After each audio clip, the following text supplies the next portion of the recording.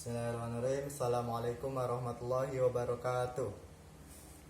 Alhamdulillahirabbil alamin, arrahmanirrahim, maliki yaumiddin. Iyyaka na'budu wa iyyaka nasta'in, ihdinas siratal mustaqim, siratal ladzina an'amta 'alaihim ghairil maghdubi 'alaihim waladdallin. Amin. Amma ba'du. Saya Asep Kartasubagya dari kelompok 6 mata kuliah logika dengan judul makalah memahami konsep klasifikasi akan mempresentasikan melalui video ini. Yang pertama, pengertian klasifikasi.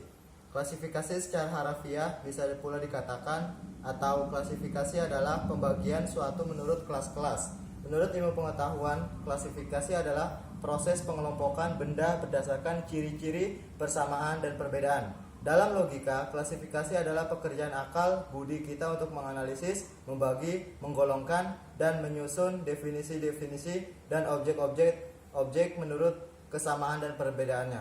Sedangkan menurut pendapat lain, klasifikasi adalah pengelompokan barang yang sama dan memisahkan dari barang yang berbeda menurut spesiesnya.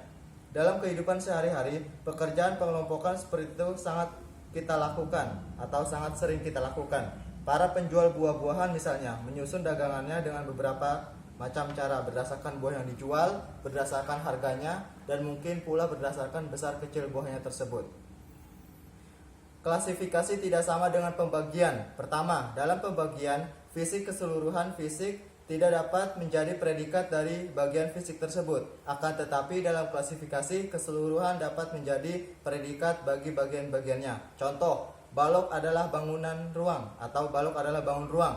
Motor adalah alat transportasi darat. Kedua, dalam pembagian kita hanya bisa memecah sesuatu yang besar menjadi bagian-bagian yang kecil tanpa suatu kriteria. Sedangkan dalam klasifikasi kita membuat bagian-bagian yang lebih kecil dengan kriteria tertentu, yakni keseluruhan dapat menjadi predikat bagi bagian-bagiannya.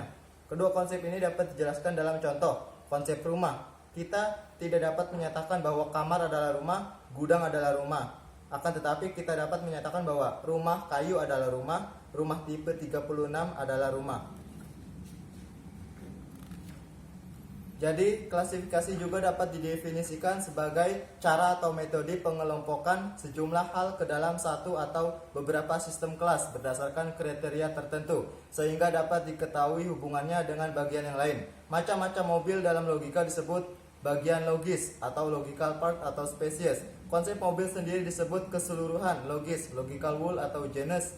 Bagian logis adalah suatu konsep atau pengertian mengenai hal-hal yang memiliki ciri-ciri yang sama. Dalam logika, klasifikasi merupakan proses penting dalam berpikir untuk mencapai kebenaran. Untuk menganalisis berbagai persoalan, kita harus dapat menangkap bagian-bagiannya serta menguraikan unsur-unsurnya. Di awal telah disampaikan bahwa klasifikasi berbeda dengan pembagian. Klasifikasi merupakan padanan pembagian logis, sedangkan pembagian lebih tertuju pada pembagian fisik. Pertama, dalam pembagian, keseluruhan fisik tidak dapat menjadi predikat bagian fisik tersebut. Dalam klasifikasi, keseluruhan dapat menjadi predikat bagi bagian-bagiannya. Kedua, dalam pembagian kita hanya bisa memecah sesuatu yang besar menjadi bagian-bagian yang kecil tanpa suatu kriteria. Akan tetapi, dalam klasifikasi kita membuat bagian-bagian yang lebih kecil dengan kriteria tertentu, yakni keseluruhan dapat menjadi predikat bagi bagian-bagiannya. Yang B, hukum-hukum klasifikasi. Kita tidak boleh asal menyusun klasifikasi. Di dalam logika ada beberapa hukum klasifikasi. Yang pertama, klasifikasi harus lengkap. Yang kedua, klasifikasi harus sungguh-sungguh memisahkan objek yang satu dengan yang lainnya. Yang ketiga, klasifikasi harus menggunakan dasar yang sama dan konsisten. Yang keempat, klasifikasi harus sesuai dengan tujuan yang harus dikehendaki. Yang kelima, klasifikasi tidak menyederhanakan realitas yang sebenarnya. Yang keenam, klasifikasi harus dilakukan secara rapi. Dan yang terakhir, klasifikasi harus menggunakan kriteria yang jelas. Yang C, memahami konsep klasifikasi. Pembagian dan klasifikasi adalah dua istilah yang sangat berdekatan. Akan tetapi keduanya pada dasarnya merupakan dua hal yang berbeda. Klasifikasi merupakan istilah pembagian logis, sedangkan pembagian lebih tertuju pada pembagian fisik. Pada dasarnya klasifikasi merupakan suatu pembagian, namun dalam logika tidak semua pembagian dapat disebut klasifikasi. Pembagian adalah membagi keseluruhan menjadi beberapa bagian. Membagi berarti memisahkan berbagai bagian benda atau untuk memecahkan keseluruhan kebagian komponennya. Ada dua macam cara membuat klasifikasi. Yang pertama, pembagian, dan yang kedua dengan penggolongan. Pembagian tersendiri dapat diperhatikan dengan hal-hal berikut. Yang pertama, pembagian harus didasarkan atas sifat persamaan yang ada pada genera secara menyeluruh. Yang kedua, setiap pembagian harus berlandaskan lebih dari satu saja. Dan yang terakhir, pembagian harus lengkap. Sedangkan penggolongan ada dua macam, yakni penggolongan alam dan penggolongan buatan. Klasifikasi sebagai suatu entitas memiliki beberapa kelas. Yang pertama, klasifikasi alamiah atau klasifikasi kodrati. Yang kedua, klasifikasi buatan atau tidak seilmiah. Klasifikasi alamiah ditentukan atau klasifikasi alamiah adalah klasifikasi yang ditentukan oleh susunan kodrati. Sedangkan klasifikasi buatan adalah yang ditentukan oleh suatu maksud yang praktis dari seorang, seperti untuk mempermudah penanganannya dan untuk menghemat waktu serta tenaga. Sehubungan dengan hal tersebut, klasifikasi dapat dibedakan berdasarkan jumlah anggota yang memiliki kelas yang diklasifikasikan. Yang pertama, klasifikasi sederhana, dan yang kedua, klasifikasi kompleks. Dilihat dari secara metodenya, klasifikasi terbagi menjadi dua, yaitu yang pertama klasifikasi logis, yang kedua klasifikasi dikomotis.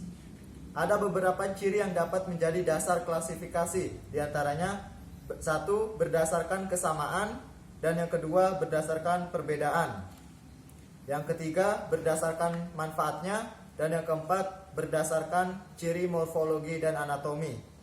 Contoh pengklasifikasian dalam sebuah kalimat. Yang pertama, berdasarkan waktunya, jenis-jenis puisi di Indonesia terdiri atas puisi lama dan puisi baru. Yang kedua, macam-macam puisi baru dalam bentuknya terdiri dari distikon, terzina, kuatrain, kuin, sektet, septima, stanza, dan soneta. Berdasarkan jenis makanannya, hewan digolongkan menjadi 3 jenis, yaitu karnivora, herbivora, dan omnivora. Macam-macam puisi baru berdasarkan isinya antara lain balada, elegi, romansa, ode, himne, satir, dan epigram. Dan yang terakhir, contoh klasifikasi dalam sebuah kalimat yang terakhir, berdasarkan jenis bijinya, tumbuhan dikelompokkan menjadi tumbuhan dikotil dan tumbuhan monokotil. Mungkin hanya itu yang bisa saya presentasikan. Jika ada yang ingin ditanyakan atau ingin didiskusikan, maka tulis komentar di dalam kolom komentar di bawah ini. Mungkin ini yang bisa saya sampaikan. Terima kasih. Assalamualaikum warahmatullahi wabarakatuh.